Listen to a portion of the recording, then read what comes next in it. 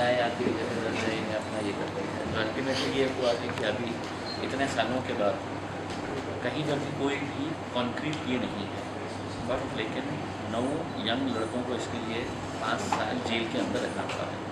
हमारी ये डिमांड है कि कंपनसेशन ये वो तो ठीक है, लेकिन somebody has to be accountable. कि ऐसा नहीं है कि पुलिस वालों ने किसी को पकड़ के लेके आए, कहानी बनाए हैं, एंड देन उनके ऊपर कोई अकाउंटेबिलिटी फैक्टर ही नहीं रहता।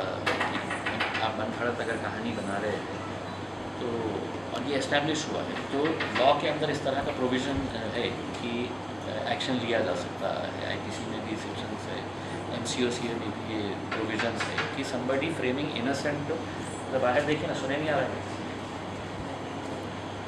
इनोसेंट अगर किसी को फ्रेम करते हैं तो उनके खिलाफ भी ये होना चाहिए। बेसिकली हमारा यही है कि इनोसेंट अगर कोई भी रहो, हमने इसमें तो क्लियर ये किया है इर्रेस्पेक्टिव ऑफ कास्ट। हमारी लास्ट लाइन ये है कि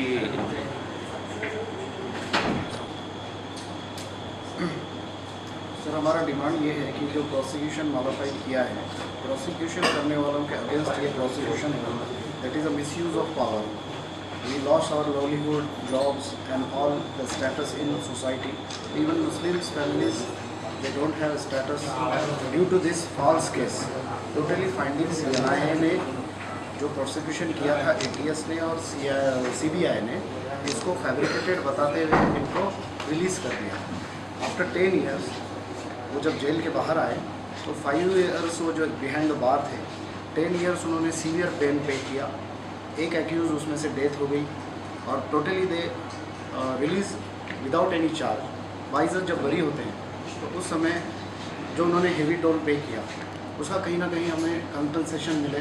पैसे से तो ये नहीं भर पाएगा, लेकिन एटलीस्ट उनके फैमिलीज़ को 1 करोड़ रुपीज़ मिले और उसके साथ साथ उनको जॉब मिले और हमें एक एक उनको घर दे गवर्नमेंट। उसके साथ ये जो 31 डेथ्स हुए हैं, 84 के राइट्स में सिखों के लिए after 20 years government 5 lakh rupees उनको डिक्लेयर किया। विलासराव जी देशमुख थे जब उन्होंने 1 लाख रुपीज़ जो डिसीज़ बॉम्ब ब्लास्ट में हुए थे उनको 1 लाख रुपीज़ उन्होंने दिया था। हमारी ये डिमांड है कि एटलीस्ट 5 लाख रुपीज़ उनको दिया जाए, जिस तरह से सिख राइट्स में मिले थे सिखों को, हमें भी मिले।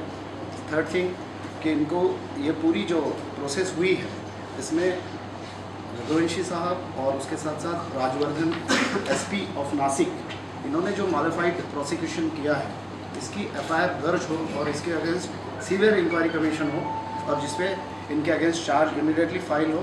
कम से कम एटलीस्ट हमारे कम्युनिटी के अगेंस्ट जो एलिगेशंस इन्होंने किए हैं इसका हमको कहीं ना कहीं कंपनसेट मिले।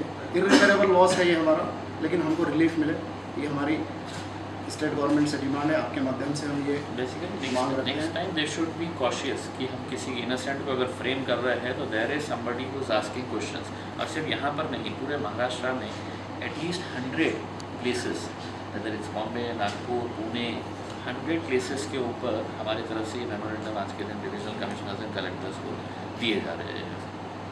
Somebody has to be accountable, हमारी यही डिमांड है। Time and again it is happening. The boys are put in the jail, they are framed in the charges, they are kept in jail, the prosecution goes on and subsequently it comes to the conclusion they are falsely implicated in these crimes. So this should stop, this ordeal should stop, and for which this action is very important.